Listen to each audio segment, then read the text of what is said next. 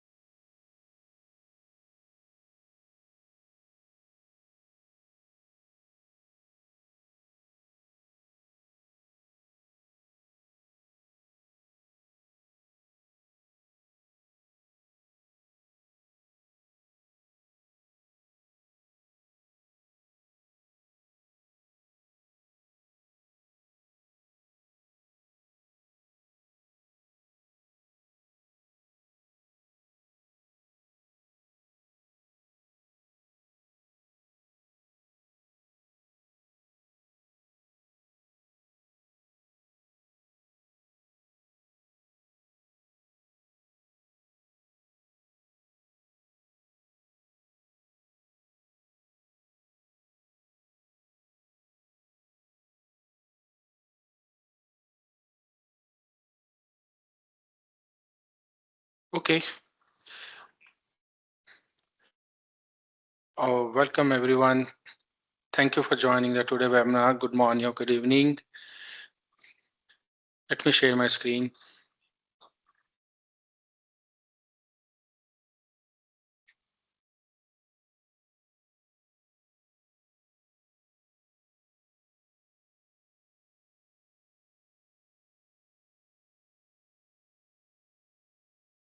Okay, I'm Inderpreet Singh as RP lead manager at Auxiliobits, and with me today is Anmol Main, our senior AI engineer who leads the development of our AI-driven automation solution.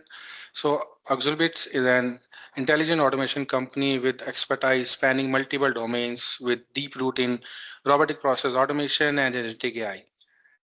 On the RPA front, we design and implement end-to-end automation solutions that integrate enterprise systems, eliminate manual data entries, and establish governance frameworks to ensure scalability and long-term sustainability.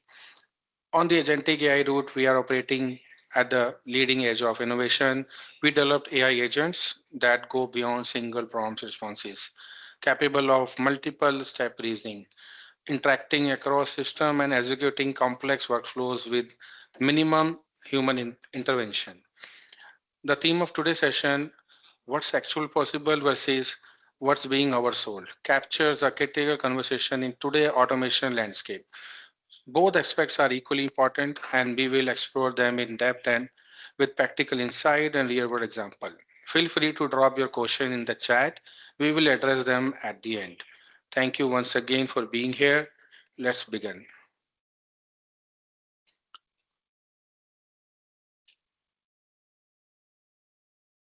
Okay, let me start with the situation many of you relate to. If you are a VP, CTO, or IT architect, you have probably attended several vendor demos in the past few months. Each one looked impressive, everything worked smoothly, and the results seemed perfect. We are going to cover four core problems. First, I'm going to talking about conflicting vendor claims. Bias in AI automation face lots of confusing claims. Every vendor says their product is the best, but they don't measure result in the same way. Accuracy and performance are tested on the different data under different conditions. It's hard to compare. This make it difficult to bias to choose the right solution with confidence. If I talk about the demo scenarios, demos are carefully prepared. They use clean, structured documents. They never show the exceptions path. In real situation, there are messy inputs, edge cases, and human errors, making the results very different from the demos. And talking about the hidden limitations, some challenges only become visible after the implementation starts. For example, certain documents may not work well, or system integration may require extra effort. If I talk about the smart buyers, decision makers today are not looking for carefully claims. They need clear and accurate, transparent information to make informed and confident decisions. Okay, let me move to the next slide. Here's a simple but important point. Most AI demos are designed to build confidence, not to show fully reality how the system will perform in real production environment. We are going to talk about some red flags. First, in many demos, the document used are clean and well structured. They follow a consistent format with standard fields or no irregularities. But real world data is very different. It can be messy and inconsistent and full of exceptions. You may have sometimes getting the handwritten notes, poor quality of scans, or the variation in different formats. Because of this, a model that show accuracy in a demo may perform significantly lower on actual data. So that whenever we go for a vendor, we have to ask the sample data instead of the demo data. If I talk about the second point, which no failure shown, every AI system has a limitation and can fail in a certain situation. This is normal. But the key question is not whether it's false, but how to handle those failures. If a demo does not show any errors or exception, it usually means those have been avoided. We should have to ask what happened when the AI is not confident or how exception will be handled. And if you're running a AI model in a demo environment, it's very different from the running it to in the production environment. In the real scenario, you need to think about the monitoring performance and handling changes in data and maintaining accuracy over the time.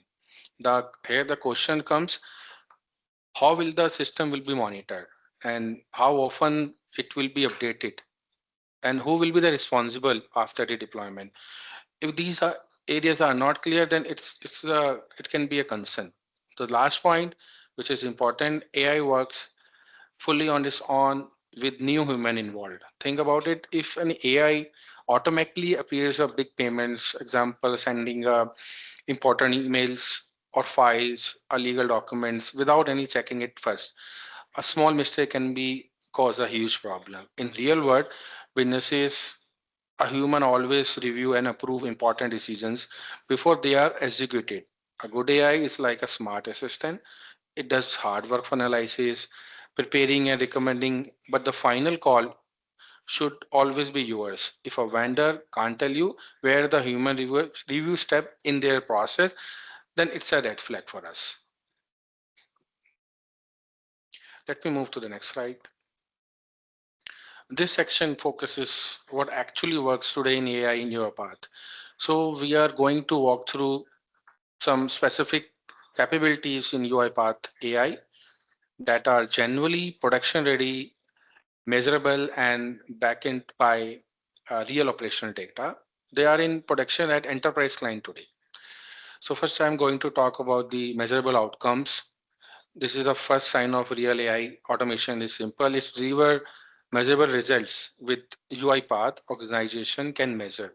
So it can show you the real-time dashboard showing the automation ROI, SLA adherence. Even you can see the accuracy level across the models and document types throughout compared to pre-automation performance. Even you can see the exception rates also, which will helps identify the improvement areas. If we're talking about the scoring confidence, you can see in the right side of the image, the second capability is confidence scoring, which is, uh, sorry for that. Okay. Which UiPath assigns a score level. Even you can see that in the output from 0 to 100%. This means that even output indicates a confident level. You can define thresholds. For example, below 80% goes for human review. Even for all scores are logged for audit and continuous improvement. This transparency is very important, especially in high volume and critical business processes. If I talk about the agent decision support in UiPath, the term agentic is used very practical way. It means the AI helps by giving clear and suggestion along with the reasons, but it doesn't take the final decision. A human is always required to review and then approve the outcomes. In the simple terms, the AI act like a co-pilot, not a autopilot. It supports you, but stay in control. But this approach works especially well in industry like finance, healthcare, legal, where the decision needs accountability and compliance. It allows organization to benefit from AI by improving speed, insights, while still keeping human responsibility in all critical decisions. So if I move to the next slide, that which is very important, human in loop workflows. Their human involvement is a core part of the system. If you can see in the right side of the image, UiPath Action Center is designed to make human review quick and clear and efficient. You can see that output with low confidence are actually sent to human review. And we have option to select approved, and the reviewer can see AI result, its confidence score, the original document together. Any correction made by reviewer are used to improve AI over the time. Tasks automatically reassign if a reviewer is unavailable, ensure no delays. This approach ensures reliability at scale. This system is designed to identify errors, correct them, and continuously improvement. If I'm going to talk about the governance and accountability are essential, and especially in regulated environments, UiPath maintain a complete record of all the activities. Even every action is logged with time spent, user details, and outcomes.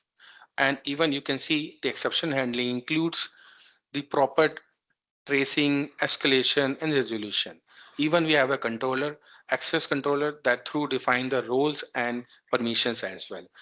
This level of transparency, even accountability, this also help organization meet compliance requirements and respond confidently to audits or regulatory questions. The last capability is unstructured data injection. A common requirement is ability to the process unstructured data such like PDF, emails, scanned documents, free text, UiPath document, understanding capability is designed to handle these documents. It can extract data from multiple document types. Even each extracted field is supported with confidence scores. However, performance depend on certain factors: consistency of document formats, quality of training data, use of predefined rules of known document types. Even the right setup, the system become more accurate over the time. This make it suitable for handling real world document in the structured and scalable way. Okay, this is a demo which is going to showcase by Anmol. He's a developer of this project. Over to you, Anmol. Yeah, thank you, Indrpreet. So this is a project that we have developed so far. So let me just quickly walk you through the agentic solution that we have developed for the finance team processing remittances.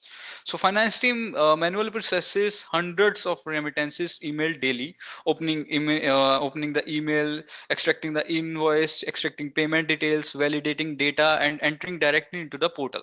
This is a time-consuming, error-prone, and impossible to scale. Delays in the processing impact cash flow visibility, and inconsistent data creates reconciliation issue and other issues as well. So agentic AI is a fundamentally different. An AI agent doesn't follow a script, it understands the document.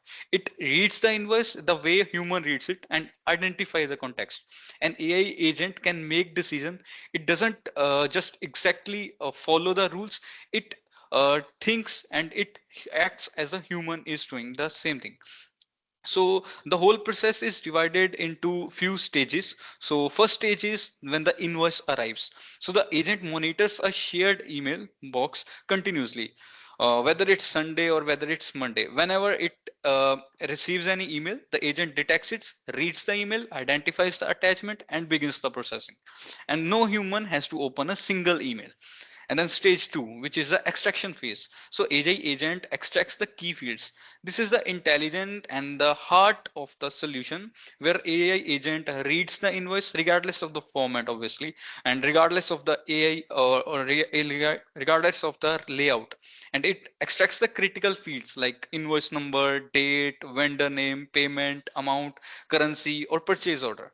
So it is capable enough for handling different formats as well, like scanned images, varied template as well, and email format and txt format, other formats as well.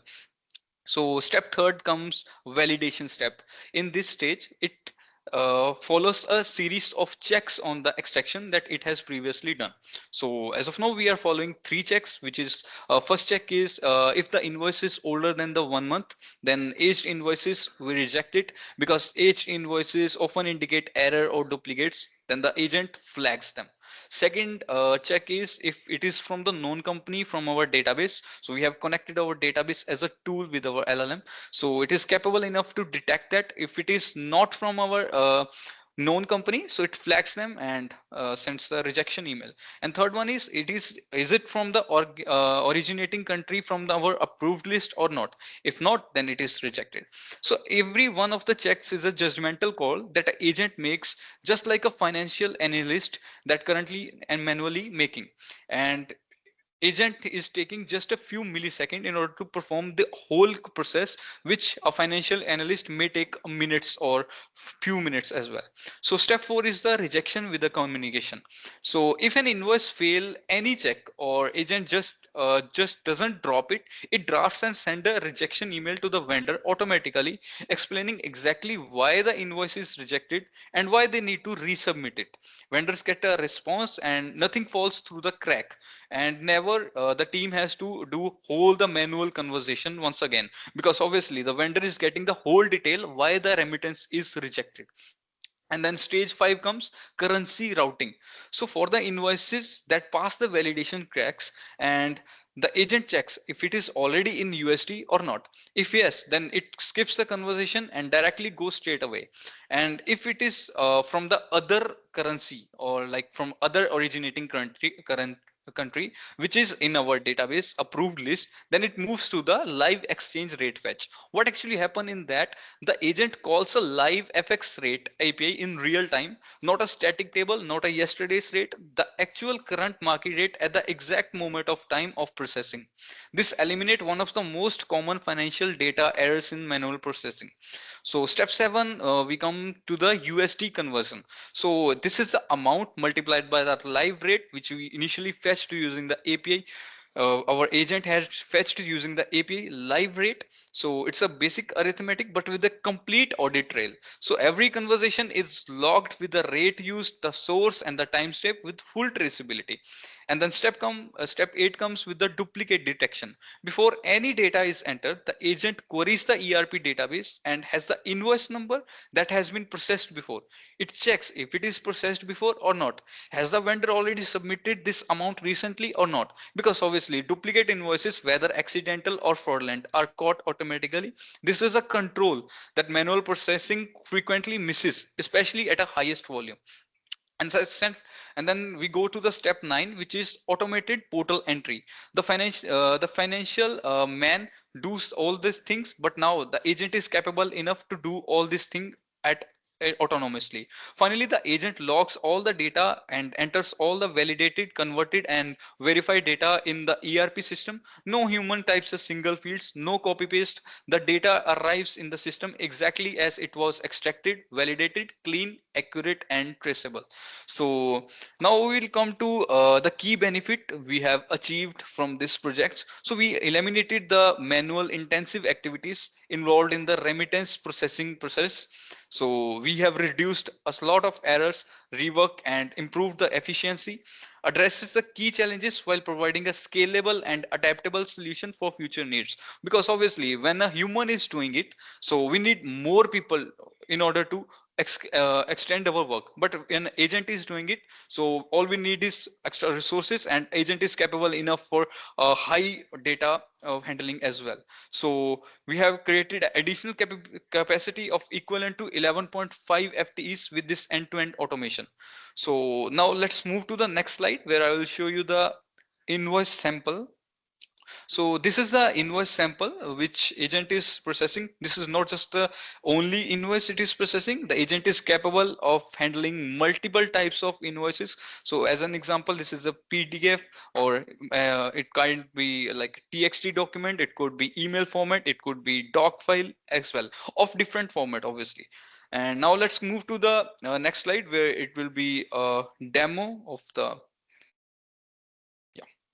So this is the demo of the project. So we will take all the queries at the last. So as of now, the extraction is being done on the go, and the agent is extracting the company number, payment date, USD currency, and it is validating all the set of the rules that we have initially discussed, right? It is checking if it is from the origin country is from the approved list or not. If it is from the approved list, then yes, it validated, and it is going to the next check. Is the currency USD or not? If it is already USD, then it's perfectly fine. Then we are directly entering the invoice number. If it is not from the USD currency, then it will fetch the live rate on the go, and then it checks if what is the live current FX rate going on, and then converts that to the latest rate and then enters that. Now it is fetching each invoice number in detail, fetching the client name or client number, and then reconciled amount. So it is reconciling everything on the go, along with the database and along with the invoice from which it has fetched all the data. So now it is entering the invoice number, and then client number, and then reconciled amount. And then finally it will click on the save button, and our remittance will be processed. So whole process is involved in multiple stages, but whole process is integrated to communicate with multiple bots in a parallel system. So input could be coming from any source. It could be email, or it could be PDF, or it could be a document, and but output would be the extracted document and then filling into the ERP portal. Now over to you, Indrapit. Thank you, Anmol. Okay, this section is one of the most important part of the today's session. It gives you clear and practical challenges when you can raise in any procurement decision, no matter which vendor you are evaluating. We have identified three common claims that appear in almost every AI automation cycle. We will explain these claims, highlight why they can be misleading, or provide simple follow-up questions to help you identify which vendors can truly deliver. So there are three zero code AI development. So there is low code is not no code. Vendor use low code in their documentation, but let me move to the next slide in detail. Yeah. So a low code is not a no code. Vendor use low code in their documentation, but zero code is the marketing because it sounds more appealing when you implement AI automation in the production environment. The reality is workflow design requires someone who understands both the business processes and the automation platform. Exception handling logics. What the workflow does when something does not match expected patterns require carefully design and testing. If I talk about the post deployment model drift, threshold adjustment, retraining cycles, and accuracy monitoring, all the required hands-on technical involvement. And the main part is integration with specific ERP, SAP, Oracle, or any legacy system required technical expertise, often more than the AI component itself. Move to the next slide, which is talking about the any document type and out of box. Vendor says their AI can handle any type of document, but these mean that you don't have to worry about different invoice format. or old contract templates or form or multiple resources. It sounds simple and convenient, but in the reality, if I talk about the column headers and field position, the modern learn where the fields are expected. If your vendor templates puts invoice date in the top right or supplier puts in the bottom of the accuracy drops. And the date format also measures sometimes if you are using DDMMYY or versus MMDDYY, then all required separate handle is required. The third is most important language variation. If you process documents in multiple languages, each language is required specific training. And the main part is scan quality. Even we are getting the handwriting annotations, rotated pages in the PDF or poor resolutions, all degrade the accuracy significantly. So that we need to take care about this vendor. So third is the most thing that fully autonomous decision. So let's understand this with a simple number, 92% accuracy. It sounds very good, and even vendor often highlights this in their case studies. But what does it really means? It means one out of the 12 decision can be wrong. Or for example, if your system processes 5,000 decisions in a month, around 400 plus decision could be have errors. Some errors may be small, or but other could be serious like wrong payments or compliance issues. So the point is not that 92 is bad. The point is even high accuracy still has error, or you need to understand the impact of those error before removing human involvement.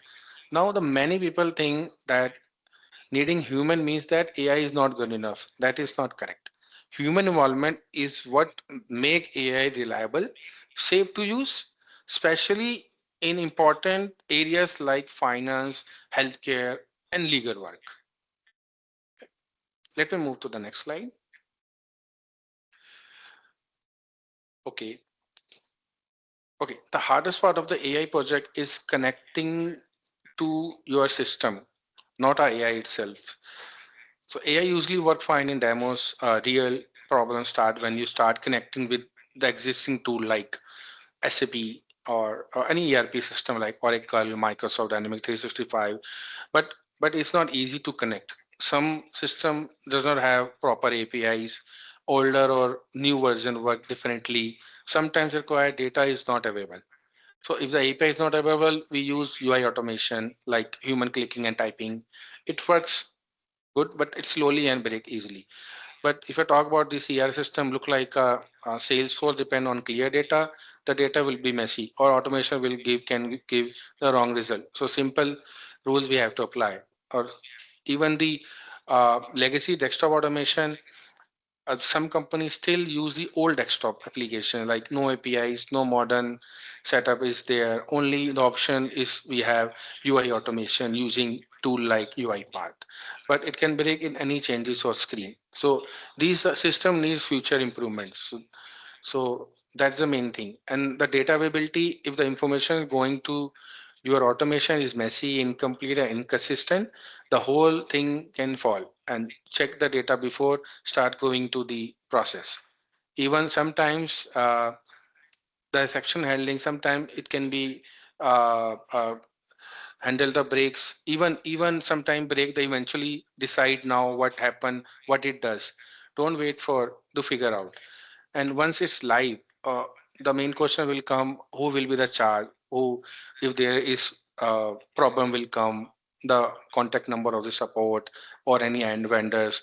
So get this thing in writing before any project begins.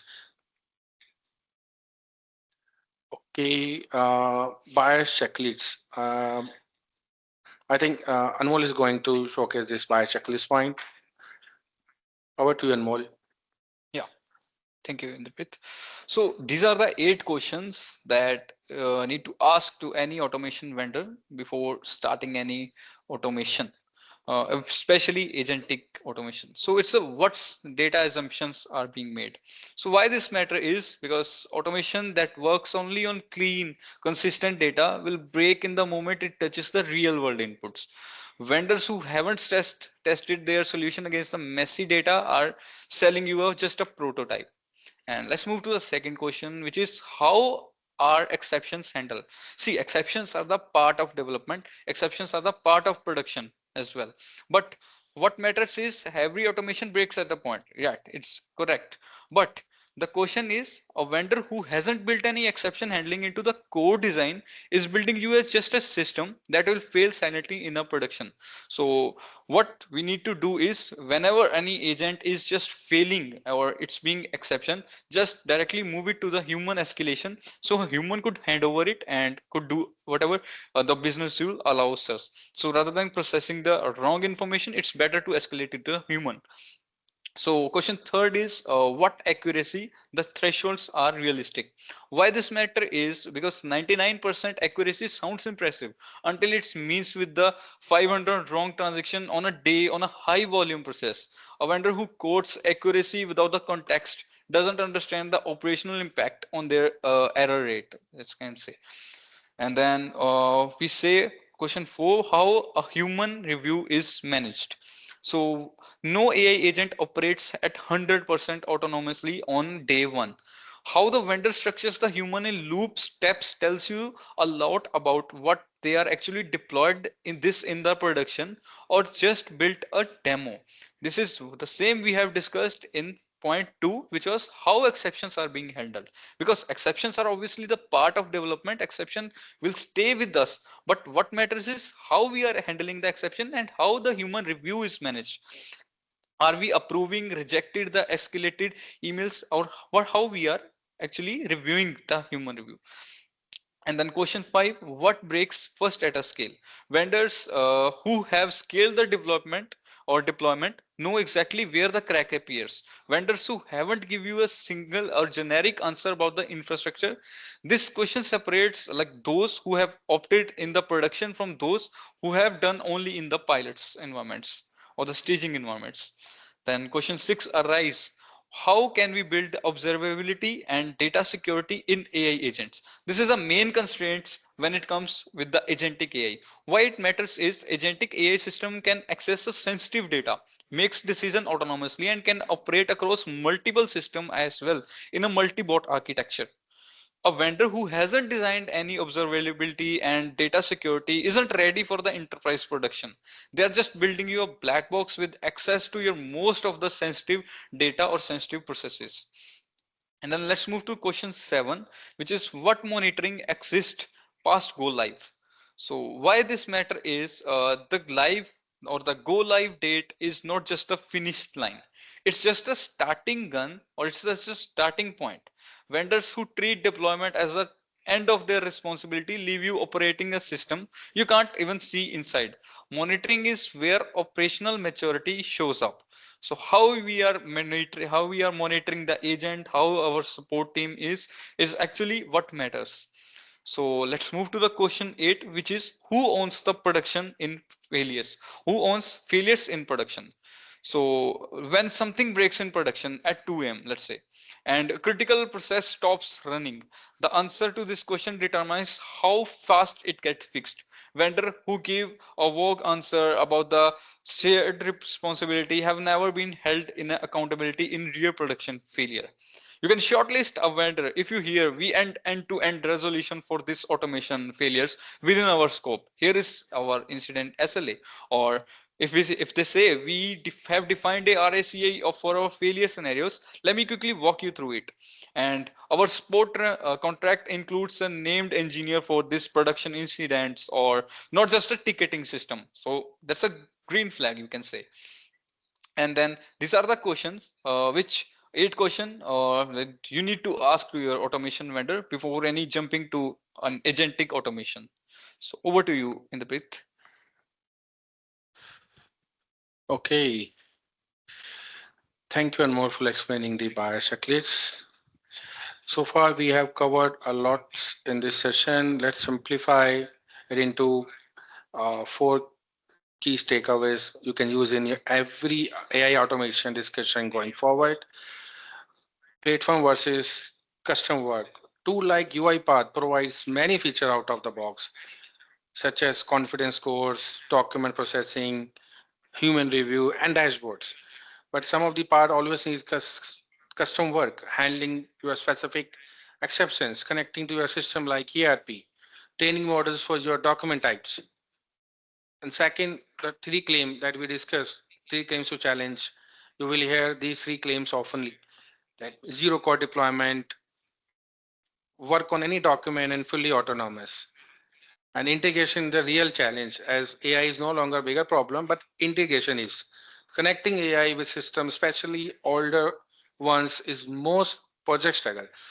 So just don't just evaluate the tool, always evaluate well the vendor can handle integration also. The last, the 8 question checklist that you can use the checklist we discussed for every vendor, including Auxiliobits. Even a vendor can answer clearly. They understand their solution. Okay, let me move to the final slide. Okay, thank you for your time, and now we'll have the open session for questions, and we have the download checklists. The 8 question checklist available for you. Use it in your next vendor discussion. Share it with your team. It will help you evaluate solution more eventually, even save time. Auxiliobits offer a independent assessment of your automation readiness. This includes reviewing your processes, data quality, system integration, and overall readiness with a clear and honest recommendation on your automation will work. Okay, so let's see if you have any questions. We're ready to answer. And it would be great continued discussion. Even you can reach out to info@auxiliobits.com, and then we can have any question. Then we can discuss right now. Yeah, Inderpreet, I got a question from Alan. Okay. He was saying, if a remittance for an invoice over 30 days are always automatically rejected, how does it ever get paid if it's beyond 30 days? So Alan, it's a part of business rules. So whenever we design any agent, so we have a strict guidelines that these are the business rules and we need to follow these business rules. And again, these 30-day timeline is not just a hard coded threshold, so it's a configurable. So even if we want it to be not 30 days, let's say 60 days, then yes, we can do that. If it is not 60, let's say 90, then yes, it is possible as well.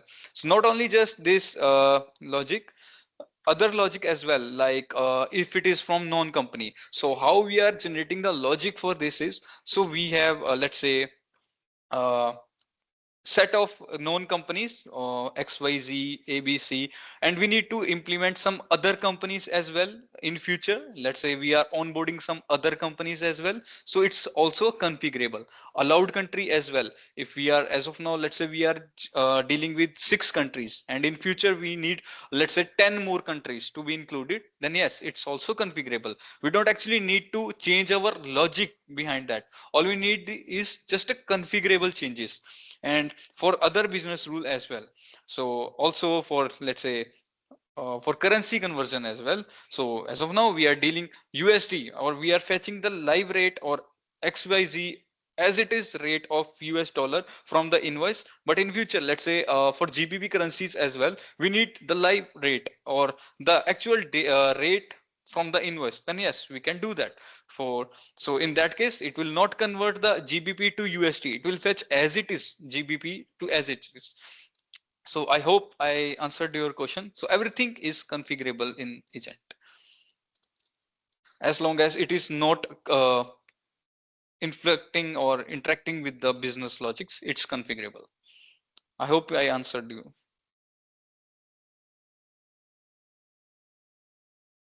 So apart from these, I request any other query from anyone.